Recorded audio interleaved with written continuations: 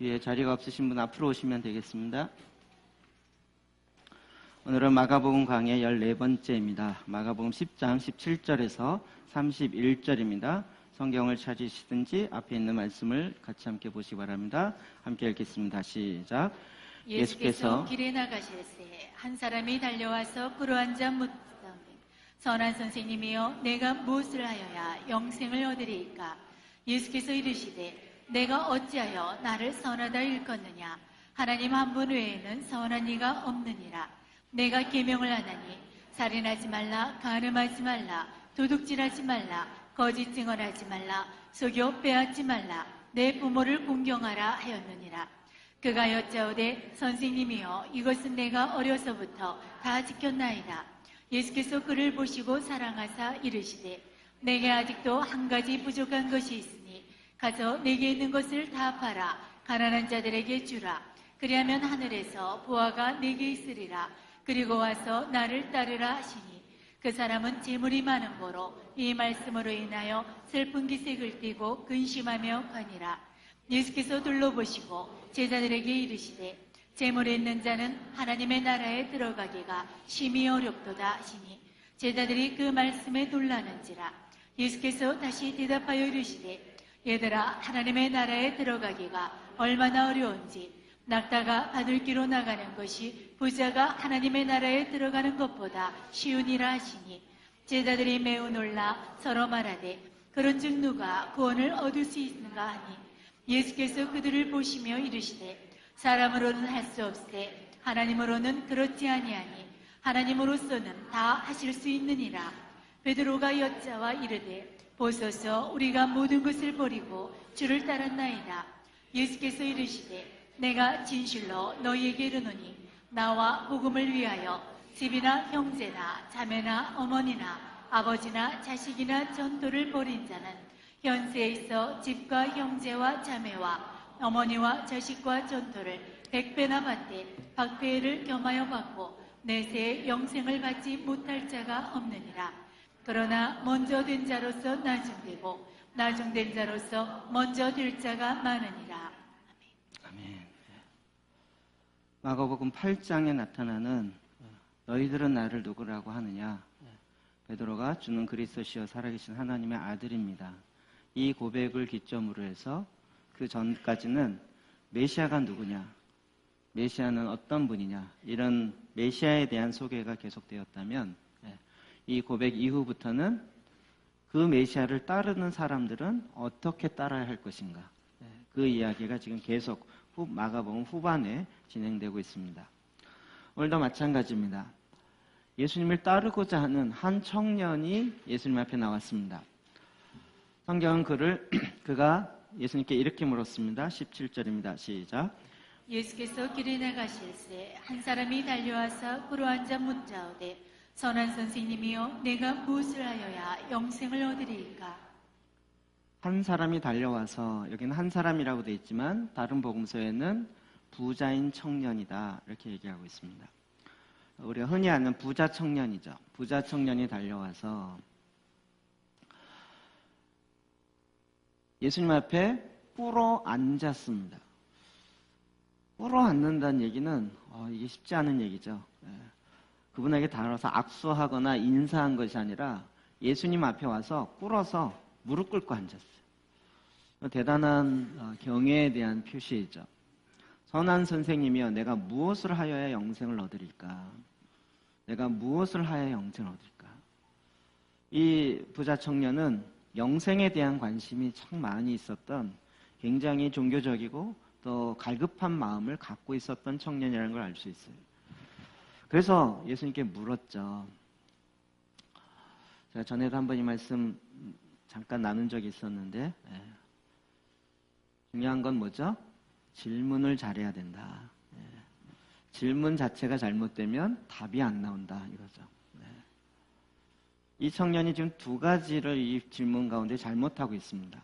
선한 선생이여 라고 물어본 것과 내가 무엇을 하여야 영생을 얻으리까? 라고 물어본 질문 자체가 잘못되어 있다는 거죠. 한번 말씀 나눈 거 다 까먹은 것 같습니다. 감사합니다. 질문을 잘못하면 답이 나오지가 않습니다. 제가 지난주에 한번 말씀드렸죠? 내가 누구인가를 질문해도 답이 안 나온다고요. 질문을 바꿔야 된다고요. 하나님이 누구인가, 예수님이 누구인가를 질문해야 된다고요. 우리가 질문을 잘못하면 그 질문에 따라서 답을 하게 돼 있죠. 그러다 보면 잘못된 질문에는 잘못되어진 답이 나올 수밖에 없다는 것입니다. 무엇을 하여야 영생을 얻으리까? 여러분이 아는 것 같아서 제가 설명 안 하고 넘어가려고 했는데 설명을 해야 될 것 같습니다. 기억하고 계신 분이라 할지라도 다시 한번 들어주십시오. 왜 질문이 잘못됐죠? 영생을 얻기 위해서 뭔가 해야 된다라는 전제가 딱 깔려있죠. 내가 지금 뭘 해야 영생을 얻을 수 있겠습니까? 이 질문인 거예요. 우리는 이 질문이 우리가 평상시도 우리 이렇게 생각하고 있고 이렇게 접근하고 있기 때문에 그래 나도 이런 생각 갖고 있어 라고 할지 모르죠. 그런데 그 질문 배경에는 이 청년은 굉장히 영생에 관심이 많았다 그랬죠. 그러니까 예수님에게만 물어본 것이 아니라 그 유대의 랍비들에게, 선생님들에게 많이 물었겠죠. 내가 어떻게 해야 영생을 얻을 수 있겠습니까? 근데 그 당대의 많은 랍비들이 뭐라고 대답했을까요? 하나님의 율법을 지키고 죄에서 떠나라. 뭘 해야 될지를 알려줬던 거죠. 뭘 해야 될지를. 그래서 이 청년은 나름대로 열심히 했을 것입니다. 그렇겠죠? 예수님의 대답을 보면 좀 알 수 있습니다. 18절부터 22절 시작. 예수께서 이르시되 내가 어찌하여 나를 선하다 일컫느냐. 하나님 한 분 외에는 선한 이가 없느니라. 내가 계명을 안 하니 살인하지 말라, 간음하지 말라, 도둑질하지 말라, 거짓 증언하지 말라, 속여 빼앗지 말라, 내 부모를 공경하라 하였느니라. 그가 여짜오되 선생님이여 이것은 내가 어려서부터 다 지켰나이다. 예수께서 그를 보시고 사랑하사 이르시되 내게 아직도 한 가지 부족한 것이 있으니 가서 내게 있는 것을 다 팔아 가난한 자들에게 주라. 그리하면 하늘에서 보화가 내게 있으리라. 그리고 와서 나를 따르라 하시니 그 사람은 재물이 많은 고로 이 말씀으로 인하여 슬픈 기색을 띠고 근심하며 가니라. 아멘. 예수님께서 이르시되 내가 어찌하여 나를 선하다 일컫느냐. 선한 선생님이여 라고 질문이 잘못됐다고 그랬죠. 왜요? 예수님이 딱 그 자리에서 수정해주고 있습니다. 선한 분은 오직 하나님 한 분 외에 선한 이가 없느니라. 하나님만 절대 선이신 거죠. 그런데 선생이여 라고 얘기하면서 선한 선생이여 무릎 꿇고 이렇게 잘못 접근하고 있다는 것이 선에 대한 개념을 이 청년은 이미 잘못 알고 있었던 거예요. 무엇이 선한 일입니까? 무엇을 해야 됩니까? 우리는 끊임없이 투두에 관심이 있죠. 뭔가를 해야 된다. 뭔가를 해야 된다. 뭔가를 하지 않으면 나는 선하고 영생을 얻고 이런 것과는 거리가 멀다라는 전제가 선악을 알게 하는 나무의 열매를 따먹은 사람은 다 그 전제가 깔려 있어요. 이 청년은 사실은 그래서 이 청년에게 예수님이 대답하십니다. 내가 계명을 안 하니 이 청년이 이미 계명을 알고 있어요. 그러면서 살인하지 말라, 간음하지 말라, 도둑질하지 말라, 거짓 증언하지 말라, 속여 빼앗지 말라, 내 부모를 공경하라. 많이 듣던 얘기죠? 어디서 나오는 걸까요? 십계명이죠. 십계명 중에 살인하지 말라 몇 계명입니까? 여기서 맥히네. 몇 계명이죠? 살인하지 말라는 여기가 4계명까지 있고 여기가 5부터 10까지 있습니다. 5 첫 번째가 뭐였죠? 네, 유혹 나왔습니다. 6계명. 예수님 독특하게 첫 계명도부터 얘기 안 하고 6계명부터 얘기했어요. 5도 아니고 6. 5는 어디 있어요? 제일 마지막이에요. 예수님이 이렇게 순서를 바꾼 거에는 틀렸다기보다는 의도가 있겠죠. 그러면서 6계명, 그 다음에 살인하지 말라, 7계명, 간음하지 말라, 8계명, 도둑질하지 말라, 9계명, 거짓 증언하지 말라. 그 다음에 10계명 뭐예요? 10계명 좀 다르네요. 속여 빼앗지 말라. 10계명은 내 이웃의 집을 탐내지 말라 이건데 주님이 그걸 또 약간 바꾸셨어요. 그리고 제 5계명을 이야기해요.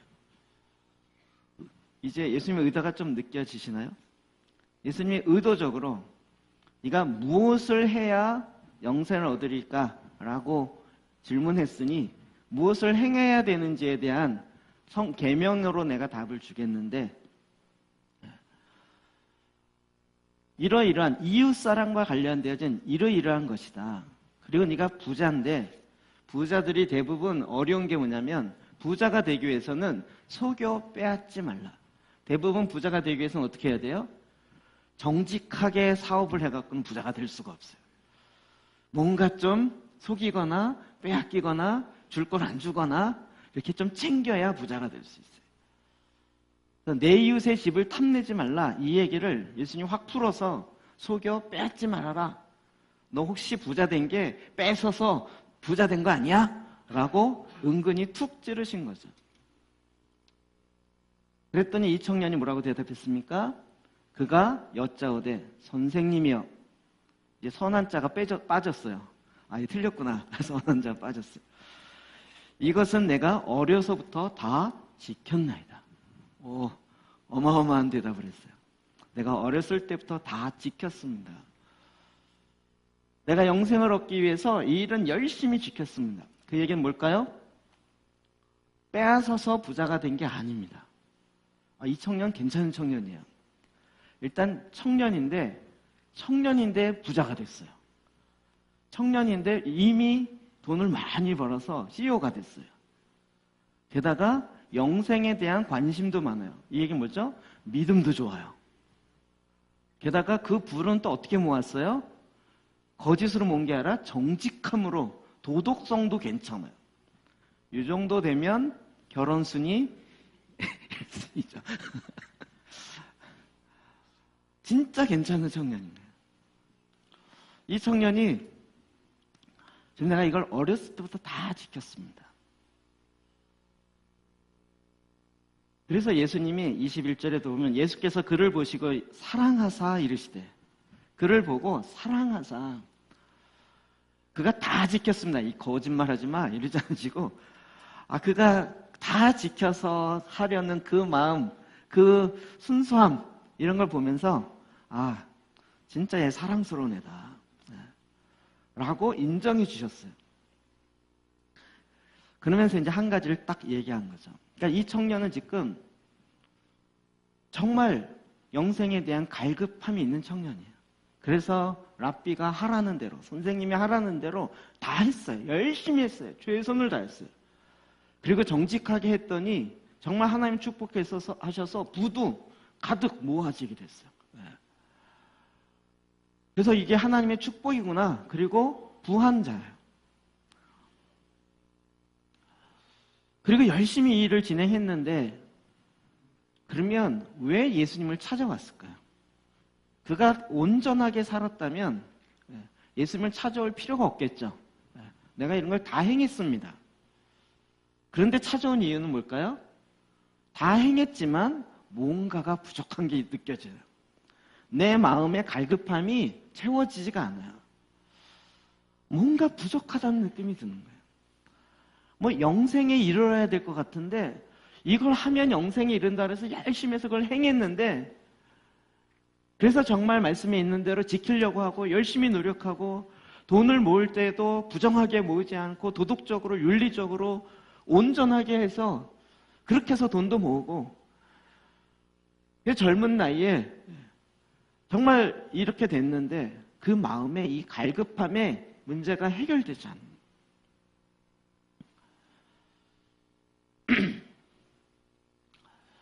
우리는 사실 이 청년의 모습은 예수님을 따르려는 이 세상 사람들의 첫 번째 모습과 너무나도 비슷한, 너무나도 유사점이 많은 것을 보는 거죠. 그래서 예수님이 딱 그 청년에게 이야기합니다. 이르시되 내가 아직도 한 가지 부족한 것이 있으니, 이거 다 행한 것 잘했다. 내가 그걸 뭐라 그러지 않겠다. 네가 지금 부족한 것 딱 한 가지 있는데 가서 내게 있는 것을 다 팔아서 가난한 자들에게 주라. 그리하면 하늘에서 보화가 내게 있으리라. 그리고 와서 나를 따르라. 나를 따르라. 나를 따르려면 네가 갖고 있는 많은 부를 다 팔아서 가난한 사람이 주어라. 그러면 하늘에서 보화가 클 거라는 거예요. 어마어마하죠? 여기서 이제 우리 여러분도 심각해지셨어요? 내가 가진 거를 다 가난한 사람에게 나눠주고, 그리고 주님을 따라야 되나? 주님 따르기가 이렇게 힘드나? 고민이 되기 시작하죠. 착각하지 마십시오. 모든 부를 저에게 갖고 와라 이렇게 얘기한 거 아니었습니다. 교회에 헌금해라 이렇게 얘기한 것도 아닙니다. 예수님이 뭐라 그랬죠? 가난한 사람에게 나눠줘라. 예수님에게 헌금해라 이 얘기가 아니었어요. 그리고 주님이 사실은 진리로 말씀하신 거죠. 그리하면 하늘의 보화가 내게 있으리라. 하나님의 보화가, 하늘의 보화가 너에게 넘칠 것이다. 그리고 나를 따르라는. 22절. 그 사람은 재물이 많은 거로 이 말씀으로 인해 슬픈 기색을 띠고 그 말에 너무나도 콱 눌려왔어요. 이게 뭘까요? 어떻게 내가 가진 걸 다 팔아서 가난한 사람에게 주고 주님을 따르겠냐? 나 못하겠다. 그러면 영생이 나에게 없는 건가?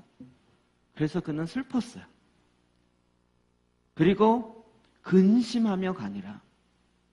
비탄에 잠겼다. 비탄에 잠겼다. 여기서 우리는 많은 부분 사실 이야기해야 됩니다. 예수님께서 과연 돈을 갖고 있는 것을 잘못됐다고 얘기한 거냐? 그렇지 않아요. 요즘 사회주의 하시는 분들이 주로 얘기한 것처럼 부자들은 다 부르주아로, 부자들은 다 잘못되어 있고 그들은 다 불의한 것을 근거로 해서 돈을 모았기 때문에 그들을 타도해서 부르주아 맞나요? 그래서 프로레타리아가 다시 일어나야 된다 뭐 이런 얘기. 그래서 모든 국민이 다 잘 살게 되는 그와 같은 이상국가를 만들자라는 공산주의. 부한 것 자체가 잘못이다. 그리고 모든 부는 다 국가가 해야 된다. 뭐 이런 식의 생각입니다. 예수님이 정말 그렇게 얘기한 건가? 그건 아니라는 거예요. 부를 축적하고 그러니까 부자가 되어지는 것을 잘못이다라고 이야기하지 않습니다. 구약과 성경에 전반적으로 있는 것은 부는 하나님의 축복으로 이야기하고 있습니다. 오늘날 잘못되어진 청빈 사상이 무조건 가난한 것만이 선한 것이다 라고 생각하는 건 착각입니다. 그렇지 않죠. 이 청년 지금 뭘 잘못하고 있는 거예요? 하나님이 너에게 선물로 부를 주셨는데 그걸 갖고 어떻게 쓰는지, 돈을 제대로 하나님의 뜻에 맞게 쓰고 있는지를 한번 점검해봐라 이거죠.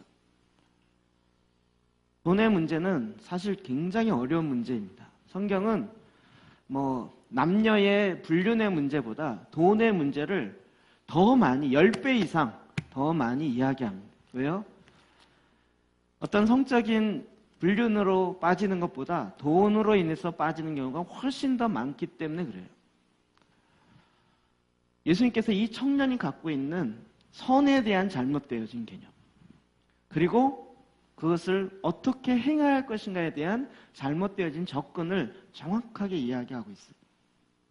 뭘까요? 그는 뭔가 많은 일을 해야 되고 그 축복으로 부를 받았지만 여전히 많은 선한 일을 해야 된다라고 생각하고 있었고 무슨 선한 일을 해야 내가 영생을 얻을까 이렇게 하는 거죠. 근데 사실 예수님의 대답은 돌려서 얘기했지만 정확하게 얘기하면 무엇인가를 행함으로 영생을 얻는 것이 아니다. 영생은 너의 돈으로 얻는 것이 아니다. 하나님의 뜻에 순종할 때, 하나님을 온전히 믿고 하나님이 나의 전부라는 것을 네가 온전히 믿고 받아들일 때, 생명이신 주님이 너 안에 임해서 네가 영생으로 나아가게 된다. 근데 그것에 방해가 되고 있는 것이 있는데 바로 너의 돈이다. 그 돈을 내려놓고 하나님을 따라야 되지 않겠느냐. 이 질문에 청년이 자기가 갖고 있는 삶의 모습이 꽉 찍힌 거죠. 아니, 내가 갖고 있는 걸 다 내려놓고 다 주고 주님을 따르라고? 난 그거 못해. 그리고 근심하여 떠나갔던 거죠. 그건 심각한 질문입니다. 이 자본주의 사회에 살고 있는 저와 여러분에게 심각한 질문입니다. 그 떠나가는 청년을 보면서 예수께서 23절부터 25절 읽어봅시다. 시작. 예수께서 둘러보시고 제자들에게 이르시되 재물이 있는 자는 하나님의 나라에 들어가기가 심히 어렵도다 하시니 제자들이 그 말씀에 놀라는지라. 예수께서 다시 대답하여 이르시되 얘들아, 하나님의 나라에 들어가기가 얼마나 어려운지 낙타가 바늘귀로 나가는 것이 부자가 하나님의 나라에 들어가는 것보다 쉬우니라 하시니. 아멘. 부자가 하나님 나라 들어가는 것이 정말 힘들다. 이거에 대한 해석이 굉장히 많죠. 역사적으로. 부자는 천국 못 들어간다. 이 극단적인 해석부터 시작해서 바늘귀가 낙타가 바늘귀하죠. 바늘 이렇게 위에 구멍이 있어 거기다 실 넣잖아요. 그걸 바늘귀라 그러죠. 젊은 사람 모르니까 설명해 줘야 돼요. 바늘귀. 바늘의 구멍, 바늘의 눈처럼 있는 끝에 그 사이로 낙타가 들어가는 게 가능하겠냐고요. 이건 불가능이다. 못 들어간다. 왠지 좀 있어 보이시는 분은 이걸 또 설명을 예루살렘 성전에 들어갈 때 상인은 못 들어가니까 보통 그 당시엔 나귀가 물건을 싣고 들어가는데 상인들이 들어가는 문이 있었는데 그 문이 낙타문이에요. 상인의 문. 그 문이 좁기 때문에 그 문을 통과하려면 짐을 다 풀고 낙타가 커도 못 들어가요. 그래서 그 문을 조그만 낙타가 밀고 넣어야 간신히 들어간다. 못 들어간다는 얘기는 아니고 간신히 밀고 넣어야 들어간다. 뭐 이런 얘기. 어떤 분은 설명이 또 세 번째 설명은 바늘귀라는 것 자체가 낙타. 이게 이제 그 아람어로 주님 말씀하셨으니까 아람어에서 낙타와 이 실이라는 단어가 비슷한 어원이라는 거예요. 그래서 우리 그냥 실을 이렇게 넣기도 힘들잖아요. 눈이 좋아도 이게 집중력이 없으면 옆으로 새잖아요. 그런 것처럼 이게 집중해서 거기에 넣지 않으면 쉽게 들어가지가 않는 거다. 뭐 이렇게 해석하는 사람도 있고요. 뭐 다양한 해석이 있어요. 여기는 그런 걸 뭐 어떤 게 맞냐 이런 걸 좀 내려놓고 기본적으로 주님이 하시는 말씀은 부자가 돈의 문제에 걸려 있다면 하나님의 나라에 들어간다는 건 어려운 거다 이거죠. 이 얘기를 뒤집으면 하나님 나라에 들어가는 것과 돈 문제를 해결하는 것과는 굉장히 긴밀하게 연결이 되어 있다는 거예요.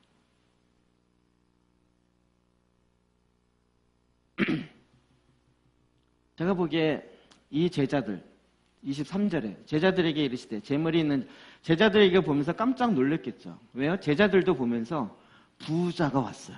오, 청년인데 와 젊었을 때 잘 나가. 와 진짜 질문했는데 질문도 너무 기특해. 어떻게 하면 돈을 더 많이 벌을까요? 뭐 이런 질문 안 하고 영생에 대한 질문을 하고 와 얘 괜찮은 애네. 그럼 어렸을 때부터 그걸 또 경건에 이르기를 연습하고 훈련하고 막 해서 제자들이 보면서 야 이러면서 막 감탄하고 있는데 주님의 한마디가 완전 뒤통수를 딱 태우는 거죠. 그러니까 제자들도 이제 고민이 됐어요. 제자들도. 그래서 24절에 보니까 제자들이 그 말씀에 놀라는지라. 와 진짜 어렵구나. 주님을 따른다는 게 너무 어렵구나 이렇게 됩니다. 여러분 그러면서 이제 제자들이 묻는 거죠. 제자들이 26절 27절입니다. 시작. 제자들이 매우 놀라 서로 말하되 그런즉 누가 구원을 얻을 수 있는가 하니 예수께서 그들을 보시며 이르시되 사람으로는 할 수 없으되 하나님으로는 그렇지 아니하니 하나님으로서는 다 하실 수 있느니라. 아멘. 야, 그러면 이 세상 사람들이 다 부를 추구하잖아요. 부 싫어하는 사람이 있으시면 손 들어보세요. 돈 싫어하는 사람. 이때 머리 만지지 말고. 딱 한 사람의 머리 만졌는데.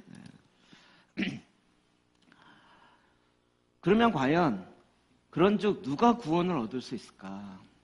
누가 과연 주님을 따르면 누가 영생을 얻고 누가 구원을 얻을 수 있을까?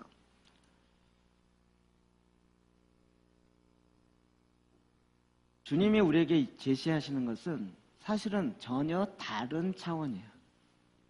예수께서 그들을 보시며 이르시되 사람으로는 할 수 없으되, 사람이 어떤 선한 일을 하거나 얼마나 열심히 하거나 그것에 근거해서 구원에 이르거나 영생에 이르는 것이 아니요, 하나님으로는 그렇지 아니하니 하나님으로서는 다 하실 수 있느니라.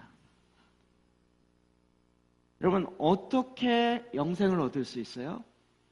무엇을 행함으로가 아니라, 너무나도 기초적인 건데, 무엇을 행함으로가 아니라 믿음으로 말미암아 구원에 이르는 거죠.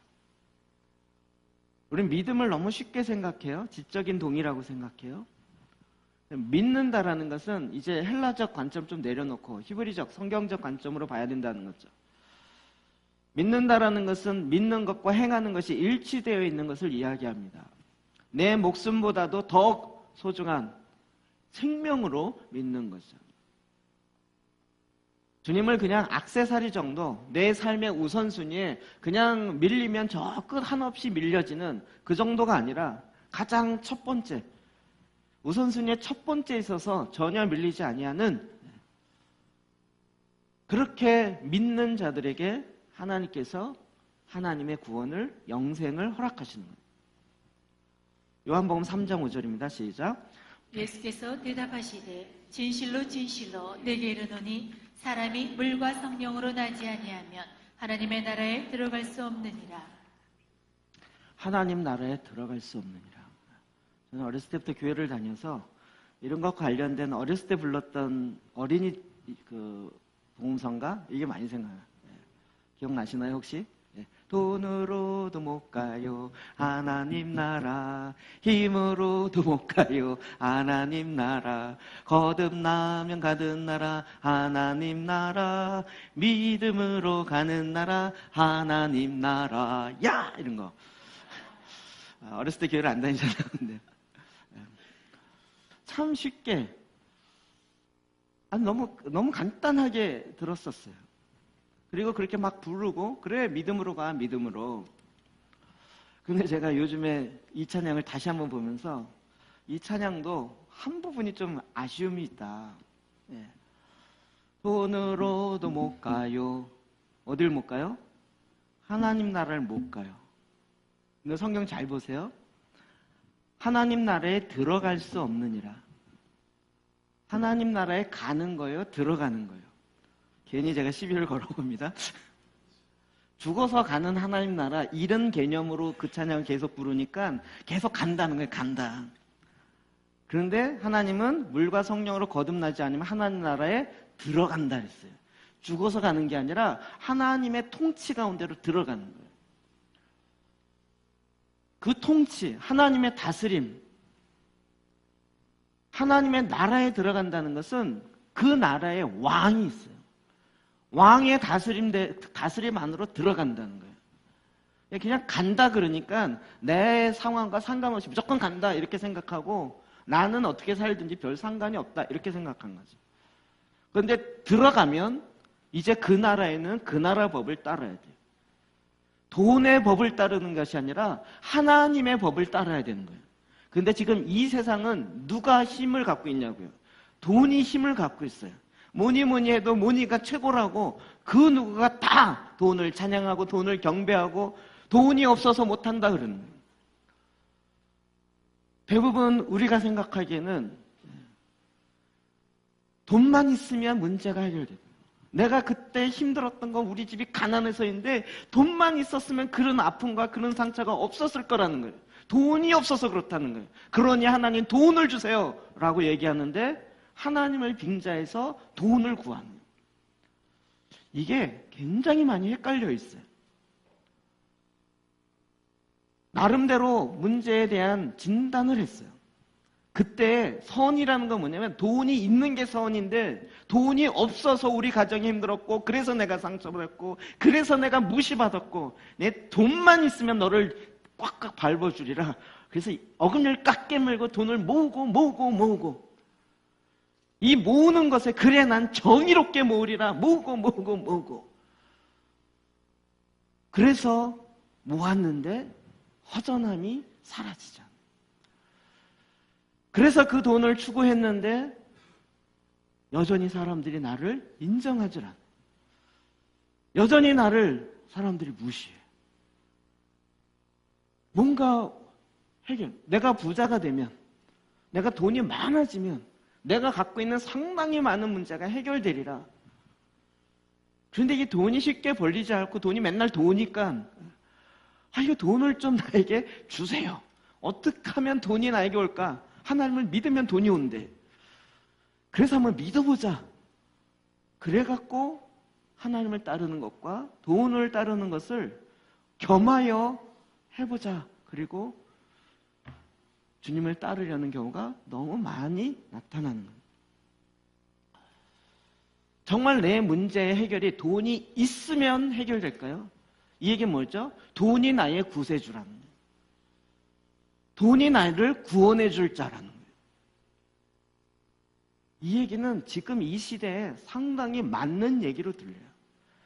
돈이 있으면 내가 출세할 수 있고 돈이 있으면 내가 뭐 어떤 문제로부터 해결될 수 있다라고 생각하고 있어요. 여러분, 돈 자체가 악한 것이 아닙니다. 돈을 모으고 부자가 되는 것 자체가 악이지 않습니다. 그게 악이면 돈을 없는 건 선이다. 이원론적으로 딱 이렇게만 생각하잖아요. 돈 없는 건 다 선인가요? 가난은 다 선인가요? 부는 다 악이고요. 이런 이원론적인 헬라식의 생각을 빨리 깨트려야 된다. 이게 돈에 있고 없고 문제가 아니라 누가 구세주냐, 누가 메시아냐 이 싸움이라는 거예요. 돈이 메시아냐, 예수 그리스도가 메시아냐 이 싸움이라는 거예요. 근데 이 세상은 메시아가 누굽니까? 이렇게 묻질 않아요. 그냥 돈이 메시아야. 당연한 거예요. 돈이 있어야 내 문제 해결되고 내 상처가 치유되고 돈이 있어야 우리 가정이 행복하고 돈이 있어야 이게 메시아로 나의 구세주로 이미 딱 답을 갖고 있고 그리고 나를 도와줄 또 다른 보혜사 헬퍼를 찾는 거예요.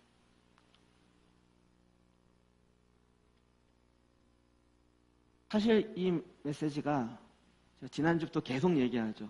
주님을 따르는 거 뭐라고요? 십자가를 지고 나의 옛 자아가 죽어지고 주님을 따를 때 그냥 난 주님 믿습니다. 믿음으로 가는 나라 날라르르 하면서 그렇게 따르기가 이 세상에 있는 동안은 거의 불가능인 거죠. 돈이 이 세상의 주인으로 사실은 돈이 아니죠. 돈 뒤에 역사하는 영이죠. 만몬이라는 악의 영이죠. 그 영이 하나님 노릇해요. 너 나를 경배해. 나를 찬양해. 나를 많이 가져. 돈으로 충만해. 성령으로 충만하지 말고 돈으로 충만해. 자나 깨나 돈을 생각해. 아침에 일어나자마자 돈이 어떻게 됐는지를 확인하고 돈만 바라봐. 제가 성경의 이야기를 이렇게 바꾼 거예요. 자나 깨나 주님을 생각하고 일어나자마자 주님을 바라보고 주님께 기도해. 이게 아니고 깨자마자 내가 갖고 있는 통장이 어떻게 됐나 확인하고 내가 투자한 주식이 어떻게 됐나 보고 우리 집의 집값이 어떻게 됐나 확인하고 우리 회사의 돈의 이 문제가 어떻게 됐는지를 거기에만 집중해. 이 청년은 어떤 면에서 도덕적으로 의롭게 살아서 그렇게 해서 부자가 되었다. 근데 그에게는 도덕성이라는 것이 딱 주님을 만나는 것에 또 걸림돌이 된 거예요. 나는 선하다는 거예요. 선하다. 내가 어렸을 때부터 이 모든 걸 행했기 때문에 나는 선한데 뭔가 내 영혼의 이 갈급함이 채워지지 않는다는 거예요.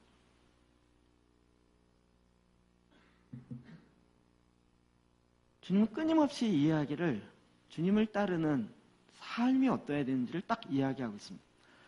마가복음 12장에 비슷한 질문하는 비슷한 사건이 나타납니다. 여기에는 청년이 아니고 서기관이 묻습니다. 서기관은 성경을 굉장히 잘 가리키는 사람입니다. 종교 지도자입니다. 28절 읽어볼까요? 시작. 서기관 중 한 사람이 그들이 변론하는 것을 듣고 예수께서 잘 대답하신 줄을 알고 나와 묻되 모든 계명 중에 첫째가 무엇이니까? 네. 무엇을 행해야 영생을 얻을까? 이것처럼 모든 계명 중에 첫째가 무엇입니까? 우리는 10계명만 생각하지만 바리새파부터 시작해서 이쪽은 지금 율법이 8,000개예요. 6,000개. 그 많은 계명 중에서 어떤 것을 행해야 되겠습니까? 이렇게 묻는 거죠. 그때 예수님이 대답하십니다. 29절 31절까지 시작. 예수께서 대답하시되 첫째는 이것이니 이스라엘아 들으라. 주 곧 우리 하나님은 유일한 주시라. 내 마음을 다하고 목숨을 다하고 뜻을 다하고 힘을 다하여 주 너의 하나님을 사랑하라 하신 것이요. 둘째는 이것이니 내 이웃을 내 자신과 같이 사랑하라 하신 것이라. 이보다 더 큰 계명이 없느니라. 첫째는 이것이니 지금 이스라엘아 들으라. 주 곧 우리 하나님은 유일한 주시라. 이거 뭐죠? 첫 번째 계명인가요?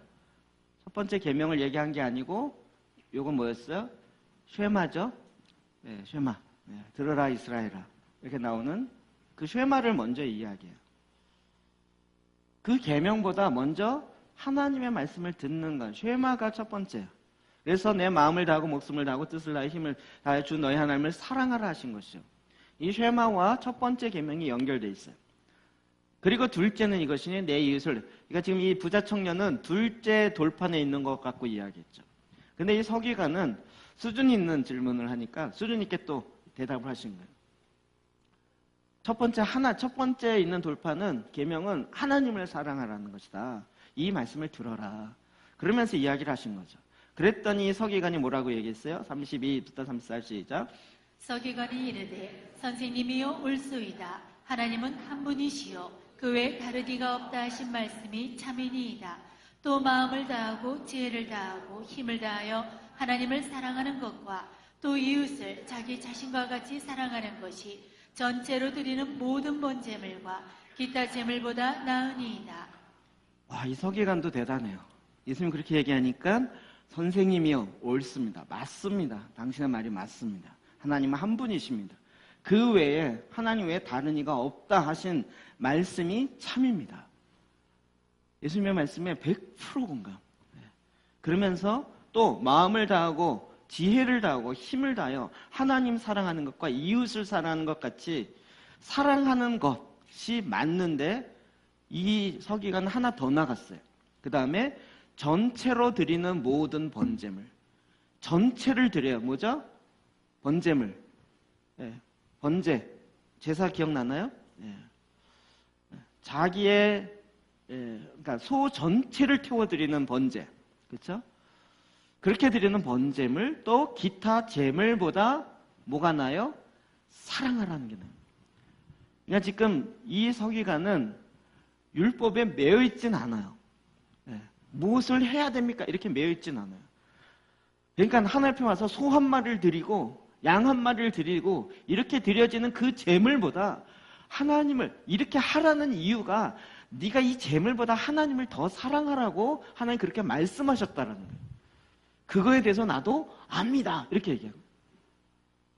하나님이 왜 소를 드리라? 그러면 소를 제사를 드릴 때 구약에 소가 많잖아요. 제가 통계를 보고 깜짝 놀랐어요. 당대에 소를 드릴 만한 부자가 없었어요.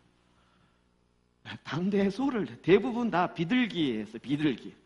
대부분 95% 거의 90% 이상은 다 양도 갖고 와서 양 한 마리 하기도 쉽지가 않아요. 제가 조사해봤죠. 우리나라에서 양 한 마리 살려면 얼마나 하나. 그래서 저 대관령에 양떼 목장 뭐 이런 데서 물어보니까 어린 양, 조그만 양 하나가 그다음 제가 물어봤을 때 60에서 70만 원 했어요. 좀 크면 100만 원. 이렇게 하나 하기도 쉽지가 않아요. 돈 없어서 죄를 못 져요. 근데 소는 뭘까요? 거의 전 재산이죠. 전 재산을 지금 드린단 말이에요. 그러면 이 사람은 얼마나 지금 하나님께 많은 걸 드렸습니다. 그러니 나는 의롭습니다. 라고 얘기할 수 있는데 이 서기관은 그걸 딱 간파한 거죠. 올소이다. 이렇게 많은 걸 드린다 할지, 전 재산을 다 드린다 할지라도 하나님 원하시는 것은 하나님을 사랑하는 것이에요. 이 얘기를 근거해서 지금 부자 청년을 보면 어떻게 되죠? 지금 자기 재산과 하나님과 어떤 걸 더 사랑하는가 보면 이 청년은 지금 부자 청년은 자기 재물이 더 하나님보다 높이 올라가 있죠. 그러니 그 안에 영생이 없었죠. 생명이신 하나님이 그 안에 거하실 수, 왜요? 스스로 밀어내고 재물을 딱 잡고 있어요. 지금 예수님이 하신 말씀이 뭐예요? 네가 갖고 있는 손에 꽉 잡고 있는 재물을 놔라. 그러면 하나님이 너에게 주는 하늘의 보화를 너에게 줄 것이다. 사실은 어마어마한 비밀을, 진리를 이야기해 줬어요. 그런데 이 청년은 지금 이 손에 잡고 있는 걸 놓을 수가 없었죠. 그래서 근심하고 떠나갔어요. 이 서기관에게는 뭐라고 얘기하냐면 34절에 예수께서 그가 지혜 있게 대답함을 보시고 이르시되 이 서기관이 진짜 지혜 있다. 그래서 뭐라고 얘기하셨냐면 하나님의 나라에서 멀지 않도다 하시니 그 후에 감히 묻는 자가 없도다. 야, 진짜 지혜 있게 대답했다. 그런데 이 서기관은 하나님 나라에서 멀지 않다. 무슨 얘기일까요? 하나님 나라 들어갔다는 얘기예요? 못 들어갔다는 얘기예요? 가까이는 갔어요. 그런데 멀지 않다. 이 말씀 좀 풀어지세요. 회개하라. 천국이 가까이 왔느니라. 이게 뭐죠? 하나님 나라에 들어가는 거예요. 죽어서 가는 게 말고 죽어서 가는 나라가 아니라 하나님의 통치 가운데 들어갈 수 있는 그거예요. 근데 이 서기관도 제대로 깨달았어요. 알았어요. 그런데 지금 들어갔어요? 안 들어갔어요? 하나님 통치에 안 들어갔어요. 가까이 왔어요. 이 서기관은 자기가 알고 있는 지혜를 갖고 대답을 했어요. 그런데 실제로 그렇게 살았어요? 그렇게 살진 않았어요. 그렇게 산다는 얘기는 주님을 따랐겠죠. 그런데 주님을 따르진 않으면서 자기 지혜를 가지고 자기의 지식을 가지고 이야기한 거예요. 이 시대에도 동일하게 이게 끊임없는 하나님의 통치권 싸움입니다. 누가 내 삶의 왕이냐. 제가 속사람에 대해서 워낙 이 상담과 이런 것 때문에 이제 하고 그다음에 그 치유 사역하고 뭐 이런 쪽 하다 보니까 사람의 속이 어떻게 고쳐지는가 이런 게 참 관심이 많았고 어떨 땐 되고 어떨 땐 안 되고 왜 그럴까? 정말 믿음 좋은 사람 많아요. 교회 열심히 다니고 봉사 열심히 해요. 그런데 그 안에 상처가 너무 많은데 이 상처가 웬만해서 치유가 안 돼요. 그럼 이렇게 보세요. 저렇게 보세요. 또 이것은 이겁니다. 로마서 7장 8장 얘기하고 계속 얘기하고 설득하고 또 치유에 대한 이런 말씀 주고 뭐 했는데 어떤 사람은 그렇구나라고 돌아가는데 여전히 다시 원점으로 제자리로 돌아가는 게 많아요. 도대체 이게 뭐가 문제인가? 그러다가 아드 박사님의 속사람의 각 지체에 많은 보혈의 능력 이걸 보면서 말씀이 우리 안에 딱 들어오는데 어떻게 들어와요? 씨앗으로 온다고요. 그것도 내 안에 주님의 생명의 근원이신 주님을 버렸기 때문에 내 안에 여리고성 같은 게 곳곳에 있단 말이에요. 가나안에 7 부족들이 여러 곳이 있단 말이에요. 그래서 그것에 악의 영들이 딱딱 한 성씩 다 차지하고 있어요. 그러니까 예수님이 내 안에 딱 온다고 그게 쫙 나가는 게 아니고 여전히 걔네들이 또 성을 지고 있어요. 견고한 진, 스트롱홀드를 내 안에 딱 갖고 있어요. 이제는 어떻게 해야 돼요? 통치자를 바꿔야 돼요. 그 안에 들어가서 여리고성에 가서 싸워야 된단 말이에요. 근데 여리고성은 지금 여리고성 사람들은 뭘 얘기하는 거예요? 이 전쟁은 성이 얼마나 높고 튼튼하냐의 싸움이라는 거예요. 그래서 성을 높고 튼튼하게 졌는데 하나님은 뭐라 그러시는 거예요? 이 싸움은 힘의 싸움이 아니다. 한 바퀴 돌아라. 말도 안 되는 것을 하나님이 이야기하시는 거죠. 이 싸움은 뭐라고요? 믿음의 싸움이라고요. 누구를 믿느냐? 여리고성 사람들은 성을 믿어요. 견고한 큰 성. 그런데 너희는 나의 말을 믿어야 됩니다.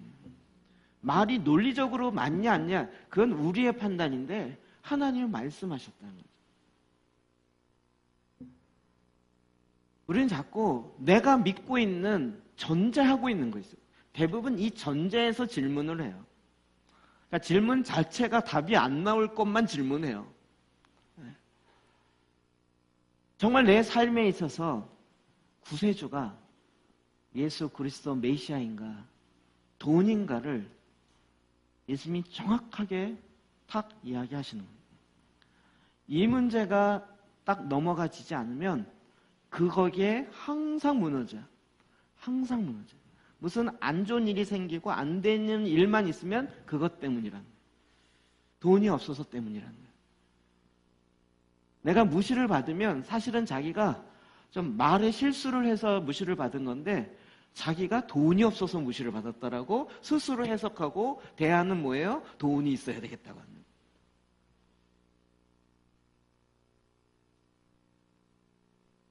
언어 영역에 말함에 있어서 자기가 말에 절제력이 없어서 실수한 건데 말을 막 하고 사람의 상처 주는 말을 막 해서 말에 조리 있게 하는 것을 못해서 말을 굿뉴스로 선한 말을 하는 것이 아니라 배드뉴스, 안 좋은 얘기만 해가지고 일어나는 문제인데 사실은 근데 사람이 내가 툭 말했는데 저 사람이 날 딱 무시한다 오면 돈이 없어서 저 사람이 날 무시한다라고 자기가 해석해. 어떤 사람은 관계를 잘 못해요. 사람과의 만남과 관계를 잘 못해요. 남자들이 특히 관계를 잘 못해요. 여자들은 그래도 이렇게 만나서 얘기하고 보통 가벼운 대화로 성공해라 이 책 제목이거든요.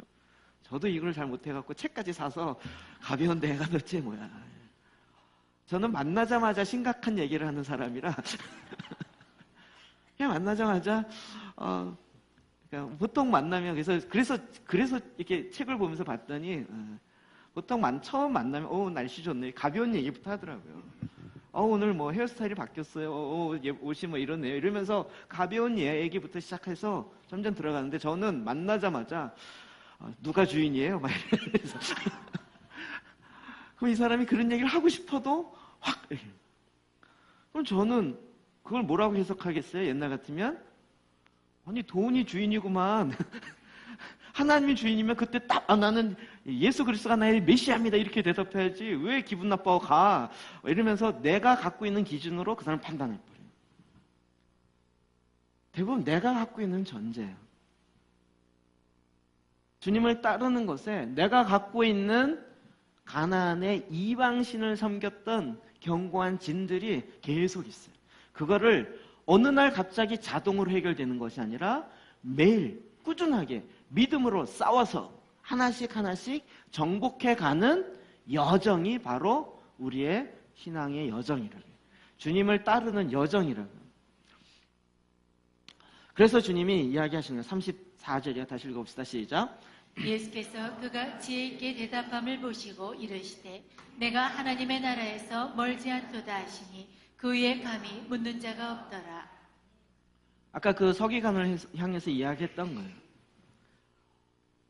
공부를 좀 하신 분들은 자기가 알고 있는 지혜, 지식이 답이에요. 근데 그 마음의 영 안에 하나님의 생명이 흘러가는가? 이건 진짜 다른 일이에요. 제가 지난 금요일 날 말씀 전하는데 저는 너무 그건 진짜 감동이었어요. 하나님이 우리에게 생명의 빛을 비친다. 빛은 대부분 지혜와 관련되어 있는데 지식. 이 지식이 내 영 안에, 혼 안에 들어가서 이게 힘으로 나에게 흘러가려면 생명이 비춰져야 되는 거예요. 지식은 교만하게 만들고 그 지식이 생명의 비춤을 받을 때 그 지식이 내 안에 진리로 들어와서 내 마음을 바꾸기 시작합니다. 근데 대부분 지식을 갖고 있는 게 잘못은 아닌데 지식을 갖고 하나님의 생명의 빛의 비춤을 받지 못하니까 이게 교만함으로 가버린다.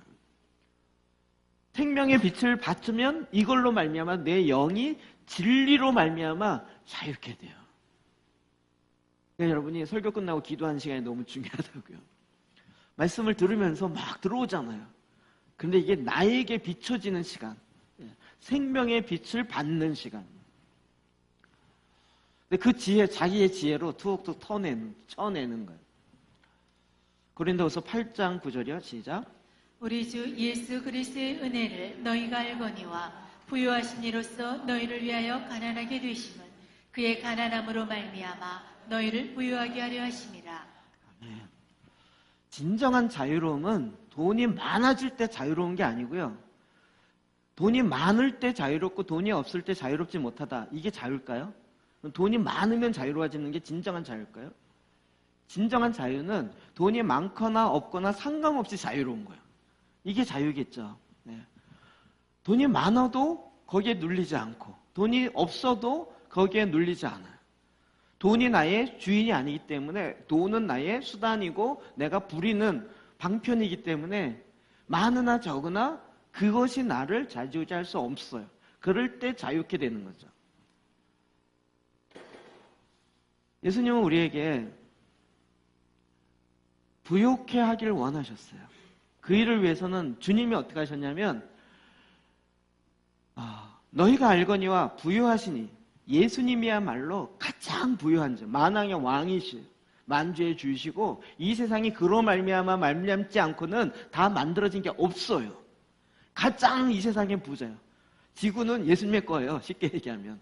그 위에다 우리가 땅에다 금 거놓고 이거 내 땅하고 문서 아무리 만들어도 지구 전체가 다 주님이 만들었어요. 예수님. 주님의 거예요. 가장 부자죠. 그 가장 부하신 분이 너희를 위하여 가난하게 되심은 그의 가난함으로 말미암아 우리를 부욕케 하기 위함이에요. 주님이 이렇게 얘기한 거예요. 야, 너 손에 돈 잡고 있지? 이거 놔. 그리고 나를 잡아. 돈을 잡고 있지 말고 돈을 만든 창조주를 잡아. 이게 너에게 더 복된 거야. 너가 더 부유하게 되는 거야. 하늘의 보화가 너에게 부어지는 거야. 이렇게 이야기하는 거예요. 안 믿어지시죠? 내 거 뺏으려고. 내 거 뺏으려고. 그런데 하늘로부터 하나님으로부터 오는 것을 받으려면 내가 잡고 있는 걸 놔야 주님의 것을 받을 수 있는 거예요. 여러분 자꾸 묘기를 부려. 난 둘 다 잡을 수 있어요. 내 손은 커서 두 가지 다 잡으려고 했어요. 이게 우선순위가 그게 아닌 거예요. 근데 주님은 계속 우리에게 얘기해요. 네가 돈이 있거나 없거나 부한 자가 될 수 있어요. 그는 부한 내가 너와 함께 하는 것이에요. 내가 너의 통치자가 되는 거예요. 그 부가 내 통장에 있느냐 주님의 통장에 있느냐 이 차이지 내 통장에 있으면 내가 좋고 내 통장에 없고 다른 통장에 있으면 그건 내 거 아니에요. 이런 차원이 아니란 말이에요. 그래서 주님이요 내 손에 든 거를 내놓으라는 거예요. 여기에 믿음이 필요합니다. 성경에 이런 예들이 참 많이 나와요. 아니 가장 부자라며 그러면 주님이 알아서 하시지 왜 내 거를 꼭 요만큼밖에 없는데 그걸 어떻게 아셔갖고 내 지갑에 10만 원 있는데 10만 원 안 써요. 이걸 몽땅 또 가난한 사람에게 나눠주라 그러는 거야. 주님은 내 찬양만 보시지 왜 지갑은 왜 보셔가지고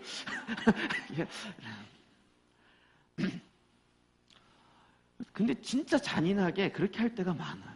성경에 구약의 예가 있는데요. 사르밧 과부에 해당된 예죠. 9절만 읽어봅시다. 시작. 그가 이르되 당신의 하나님 여호와께서 살아계심을 두고 맹세하노니 나는 떡이 없고 다만 통에 가루 한 움큼과 병에 기름 조금뿐이라. 내가 나뭇가지 둘을 주어다가 나와 내 아들을 위하여 음식을 만들어 먹고 그 후에는 죽으리라. 제 말씀 읽을 때 진짜 잔인하다고 그랬어요.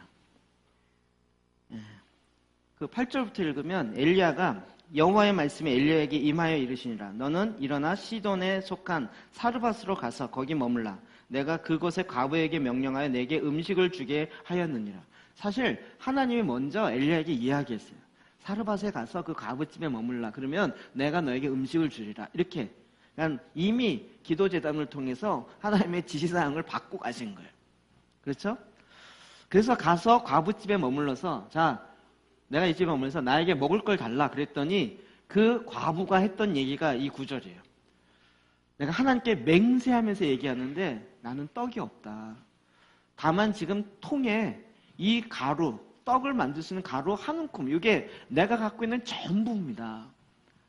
그래서 지금 내가 이것을 나무를 주워다가 이걸로 떡을 만들고 우리 아들하고 내가 마지막으로 먹고 죽으려고 마지막 음식을 먹으려고 지금 하고 있습니다. 내가 이거 하나님 앞에 맹세합니다.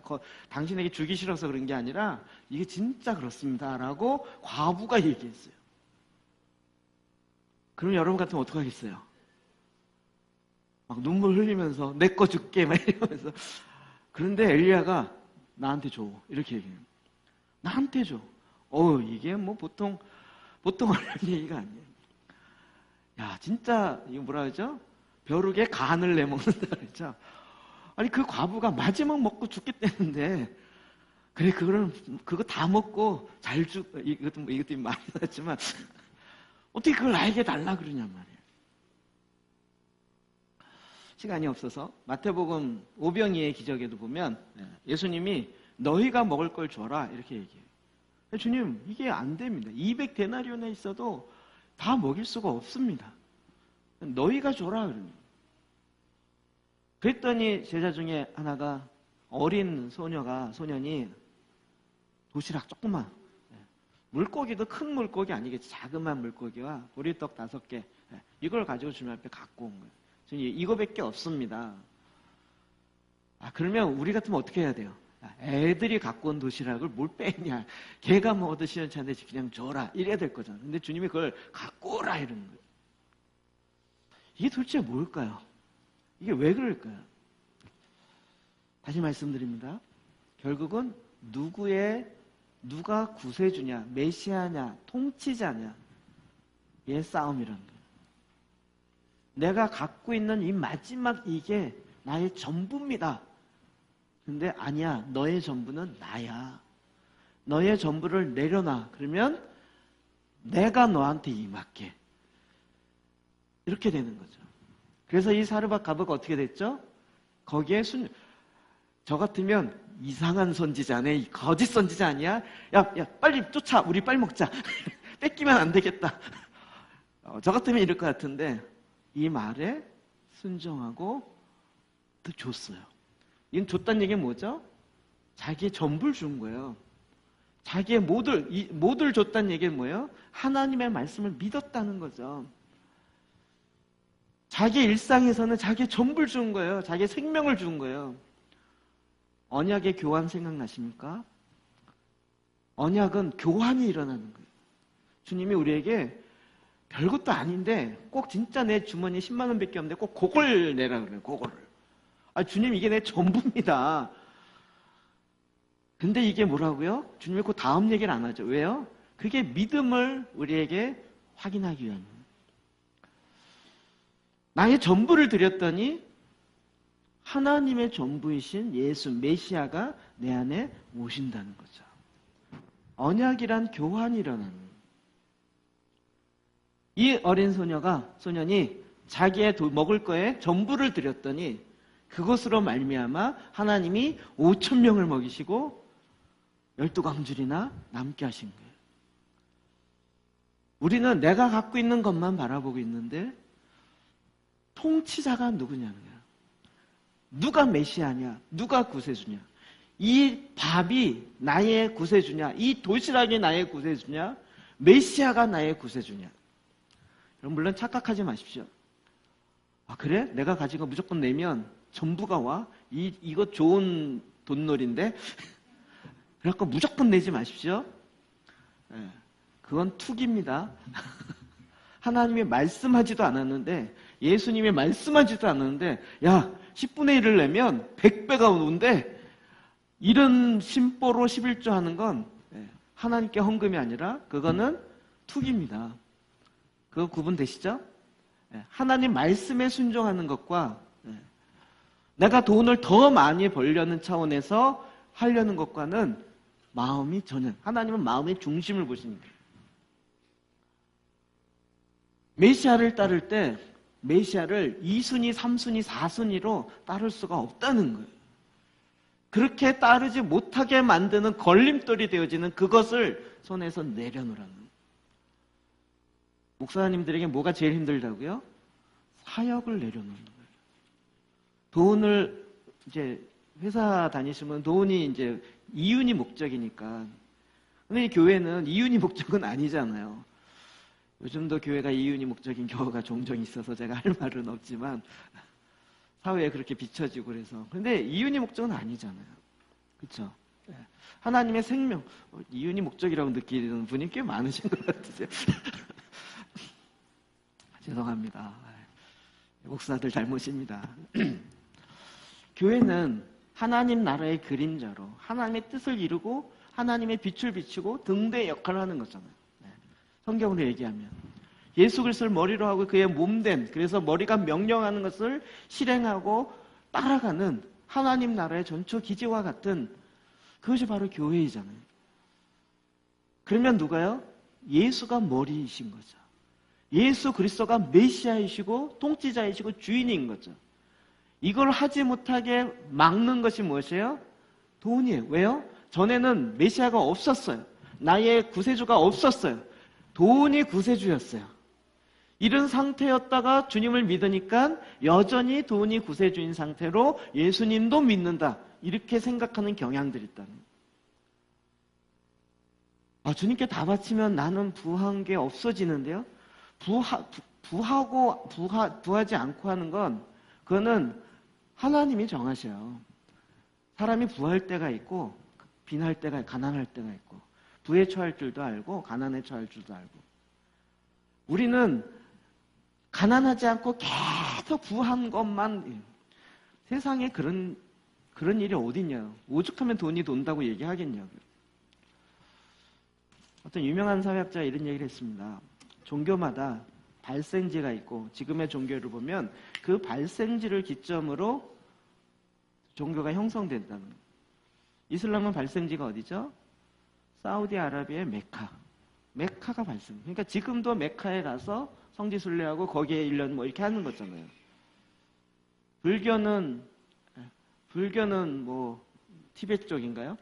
불교는 또 계파가 많고. 힌두교는요. 인도 쪽에 중심으로 해서 그냥 다 발생지로부터 시작해서 가요. 기독교는 지금 어디가 제일 세게 얘기하나요? 발생지는 어디예요? 이스라엘인데 이스라엘은 복음이 별로 없어요. 그게 어디로 갔어요? 그때 이제 헬라 시대로 딱 되어지면서 그리스 로마로 가면서 알렉산드리아로 갔다가 로마로 갔다가 그다가 서유럽으로 갔다가 그러면 다시 이제 북미로 갔다가 그렇죠? 최근엔 지금 아시아로 갔다가 지금은 아프리카 쪽으로 가요. 이상하게 복음의 역사는 흘러가요 이렇게. 아니 지금 미국이 기독교의 발생지인가요? 중심지인가요? 이게 왜 흐르죠? 어떤 사회학자가 이렇게 얘기했어요. 기독교는 탁월한 종교를 만드는 게 목적이 아니고 십자가의 종교이기 때문에 낮은 데로 흐른다는 거예요. 이게 복음이 들어가면 그것이 잘 살게 돼요. 하나님의 축복으로 부하게 돼요. 근데 부하게 되면 어떻게 돼요? 하나님과 부를 바꿔요. 그러면 이게 기독교가 종교화돼요. 굳어져요. 그러면 또 낮은 곳으로 흘러요. 우리는 영국, 유럽의 기독교 문화 대단하다 그랬잖아요. 앵글로 섹슨족, 칼튼족, 영국이요. 원조가 누구예요? 해적들이에요. 그 해적들 가운데 복음이 들어가면서 그 사람들이 변화되면서 신사가 됐어요. 그 인간들이 원래 신사가 아니었어요. 복음이 들어가면서 그들이 가난하고 낮은 자였는데 복음이 들어가면서 십자가가 들어가면서 그들의 삶이 바뀌어지면서 하나님의 축복으로 다시 부하게 돼요. 부하게 되면 또 마음이 교만해져서 굳어요. 그러면 또 낮은 곳으로 흘러가요. 미국이 기독교 국가라고요? 그렇게 세우려고 했지만 미국의 양면성이 있어요. 무조건 기독교 국가로 보시면 곤란해요. 하나님의 복음은 낮은 곳으로 흘러가요. 그러니까 여기가 우리가 본부다 이렇게 얘기할 수가 없어요. 예수 그리스도의 메시아의 그 은혜와 그 십자가의 생명력은 높은 곳에서 낮은 곳으로 흘러가요. 주님이 저와 여러분 가운데 왜 너희가 높이 잡고 있는 것들을 손을 내려놓으라는, 이게 최고고 이게 힘이고 이게 내 문제를 해결할 수 있을 거라고 생각하는 이 세상의 방법, 이 세상의 우상이라고 하는 것을 손을 내려놓으라고.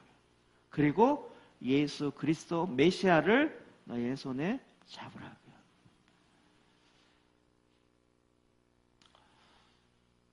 우리가 지난번 그런 얘기 많이 드렸죠. 우리가 기도할 때 손을 들고 기도를 많이 합니다. 저는 손을 들고 기도하는 것이 성경에서 얘기하는 한 모습 중에 하나라고 생각합니다.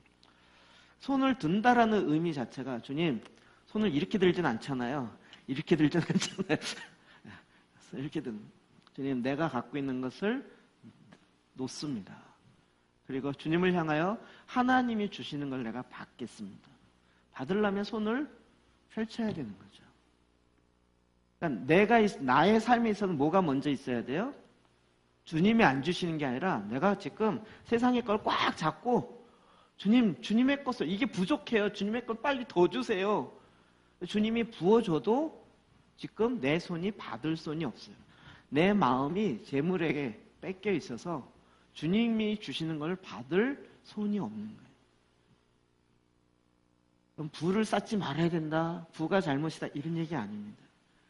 내 마음의 우선순위, 누구의 통치를 받고 있느냐, 누구의 다스림, 내 마음속에 누구의 영향이 제일 크냐, 돈의 영향이 제일 크냐, 메시아의 영향이 제일 크냐, 이것의 차이라는 거예요. 여태까지 박해를 통해서는 사탄이 이긴 적이 없어요. 박해를 통하면 더 기독교인들이 더 열심히 기도하고 더 순수해졌어요. 그런데 2차 전략은 반드시 더 부해지는 거였어요. 기독교가 공인되고 나서 더 부해지면서 암흑기로 들어갔어요. 중세 암흑기. 한국도 정말 5,000년 역사상 세계에 이렇게 살아본 적이 없어요. 그런데 이렇게 살면서 이상하게 주를 믿는 자들이 암흑기로 들어가요. 마음이 굳어져 있어요. 그리고 하나님보다 더 높아져 있는 것이 있어요. 내가 뭔가 하나님부터 받은 축복을 놓을 수 없다는 거예요. 그래서 하나님으로부터 받은 축복 때문에 하나님을 놔버려요. 이렇게는 주님을 따를 수가 없어요. 그래서 제자들이 심각한 고민을 한 거예요. 과연 누가 구원을 얻을 수 있을까? 바람으로는 할 수 없으되 하나님께서는 능치 못할 일이 없으십니다. 하나님께서 모든 걸 먹이시고 입히시고 우리에게 모든 것을 행하시는 나의 주, 나의 로드, 나의 메시아, 바로 예수 그리스도이십니다. 너희가 나를 따르려거든 우선순위에 첫 번째 놨던 거를 내려놓고 예수 메시아를 첫 번째로 영향을 받고 잡고 따르라, 주님이 말씀하십니다. 누구를 따를지 결정하십시오. 기도하겠습니다.